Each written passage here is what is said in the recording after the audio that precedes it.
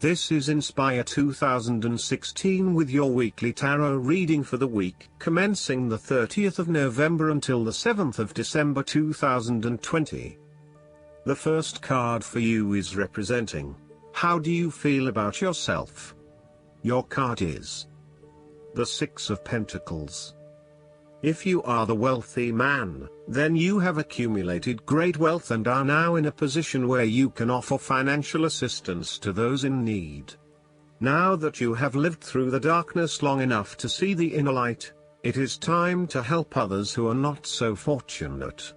Consider giving to charity or reaching out a helping hand to someone who needs your support. The generosity of the Six does not limit itself to money and material things. Giving of your time or your wisdom is often just as spiritually fulfilling as giving away money or gifts, and the intangible gift of your presence is received just as well, if not better. You may also be inclined to make a loan to someone, on the premise that they will eventually pay you back once they are back on their feet. This is a loan built on trust and good faith, knowing that if you give something away, it will come back to you. Remember, though, that this is more about a short-term fix and not a sustainable solution towards self-sufficiency. So, think about how you can financially support your family or friends in a way that encourages them to stand on their own 2 feet eventually.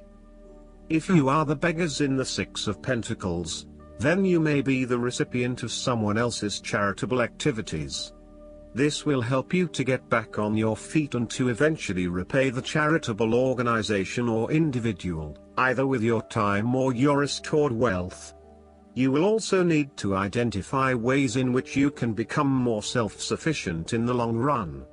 The risk of accepting charity is that you become dependent on it and cannot look after yourself. Be mindful that you are not becoming submissive or noticeably desperate as a result of the charity that someone else is providing you. The second card for you is representing, what do you want most right now? Your card is the Ten of Swords. What you want most right now is an ending of your relationship and a fresh new beginning. However, you may feel powerless as something comes to a crashing and sudden end, and you feel as if you are being attacked or backstabbed by someone else. You may even use this challenging time to portray yourself as a martyr, to show that you have put your interests last but have suffered as a result. The Ten of Swords also indicates a difficult experience of endings, loss, pain or release. However, the saving grace is that you have a new awareness and a positive sense of relief that the difficulty and pain will soon be over and will evolve into something new. As with all endings, there will be a new beginning, a rebirth, and a rejuvenation of the spirit. So, while this card may seem negative at first glance, it is a card of help and an indication that your troubles will not be permanent. Furthermore, this is the final moment, and no more pain will come to you from that source. It is darkest before the dawn, and as gloomy as it looks, the sun will rise again. It can only get better from here. The Ten of Swords is about letting go and accepting your current circumstances. You no longer resist change but allow it to happen, even if it causes some initial pain and hurt to you. You accept that there must be change in order to facilitate renewal, and you allow it to occur rather than fighting it.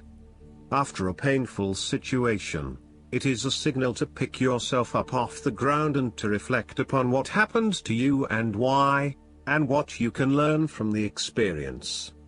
The Ten of Swords is a sign that the pain and hurt you have endured has not gone without purpose. The positive power within you can be used to learn from your pain and draw wisdom from defeat. The third card for you is representing your fears. Your card is the King of Pentacles.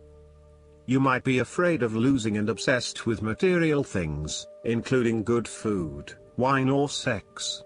These can be fun but can also be taken to an extreme. You can also be very stubborn and traditional about some things, which could be exasperating.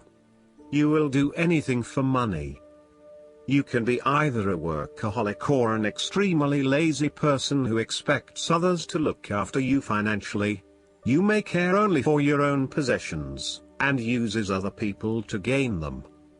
The King of Pentacles can also indicate a male significant figure in your life from the earth signs, who can be highly rigid in his approach. So when this king shows up in a reading, look at your life. Are you feeling stuck in a rut? Having your feet on the ground is a good thing, but everybody needs to lighten up once in a while and stick their heads in the clouds, even if it is just for a breath of fresh air. There is a fear of commitment or a strong desire not to be committed to anyone. You may have thought you met the man of your dreams or your future husband in this person, but you have quickly come to realize that he is not what you are looking for. He may not be as reliable or dependable as initially thought, and instead he has become overly controlling, authoritative and possessive in your relationship with him. Similarly, your partner, who is normally there to provide for you and protect you, may recently be going through a difficult period, and now the tables have turned. Up until now, you have seen him as your rock. Someone who is incredibly well established, accomplished, sturdy, stoic, proud and successful. However, now you must be the rock and the firm foundation, supporting your partner while he regains his strength and courage. There may be increased instability and uncertainty over the coming months. In a family relationship, there might be a possibility of familial abuse, particularly through misuse of power, authority and control. You may be highly disciplinary, rigid and inflexible, failing to show your love through positive means and only suppressing the spirit of others. The fourth card for you is representing what is going for you. Your card is the Nine of Cups. You will be happy in all areas of your life, such as health, finances, work, luck, love or relationships. This is your wish card, as its appearance is often taken as a sign that, whatever your heart's desire, it shall be granted in the coming days or weeks. Know that you have paved our own way on the path to success. As a Cups card, the 9 usually refers to an emotionally fulfilling situation, such as the strengthening of a romantic bond, the solidification of a friendship or the consummation of a sexual relationship. It shows that joy and happiness are within your grasp. In fact, you probably already have them. It is a sign to enjoy the abundance of life and to feel each of your emotions as if you had never felt any of them before. See the perfection all around you. The 9 of Cups is also about counting your blessings, living in the moment, and enjoying the good things that life has to offer. Start or end every day by creating a mental list of the 3 things you are most grateful for. You will find that over time, you indeed have a lot to be happy about, and it may increase your feeling of deep contentment and fulfillment. The 9 of Cups represents stability and advancement. This card signals delight and pleasure, contentment with what you have accomplished so far, and forms a steady foundation for the future. Your worries are all in the past and you can look forward to a bright future. The man in the 9 of Cups also appears to have a certain smug look on his face. Indulge yourself in knowing that you have worked hard to get here and you have achieved the results you had hoped for. The 5th card for you is representing what is going against you. Your card is the Queen of Wands. You are afraid of a situation in which someone is behaving in a manipulative, pushy or selfish way. One of you seems to be in a chronically bad mood, and is angry, resentful and jealous. You may find yourself being attacked or bullied, or behaving this way yourself. Perceptions are skewed and information is being twisted into lies. Someone is demanding, controlling, petty and narrow-minded. The Queen of Wands can also indicate that you have recently lost your confidence in yourself and have become a shrinking violet. You shy away from being in the limelight as you worry that others may think you are not the real deal anymore. You may have even had a recent fall from grace and are now slightly embarrassed about your reputation. What you need to do is restore faith and belief in yourself. Draw from that positive energy that usually lies within and know that you can combat anything once you set your mind to it. The last card for you is representing the likely outcome that you may have. Your card is the Seven of Wands. You have to maintain your position at the top while others compete and fight to achieve the same success and status that you have already achieved. Thus, competition is rife and you must continually prove yourself with the Seven of Wands. If your vision and creative effort is fulfilled to the point where there is public acclaim or acceptance of your success, then you must expect competition and challenge, as other people will no doubt also desire the same things as you. There is a challenge to the continued success of a venture or creative project from an external source. While it appears to block your path forward, you can overcome this challenge or obstacle by drawing upon your strong self-confidence, self-belief and continual self-improvement. It can also be overcome with effort and clarity of purpose. The Seven of Wands is about holding your ground, despite ongoing challenges to your position and authority.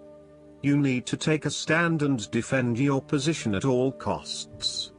This will take courage and persistence, but you have the strength and determination to do it. You see yourself as a battler, and no matter what the challenge, you still have it in you to stand up for yourself and fight to the end. So, although you are experiencing a number of setbacks at the moment, you need to continue fighting for what you believe in and confronting others who may oppose or threaten you. Last but not least, the guidance card for you is exercise to increase your energy and manifestation abilities.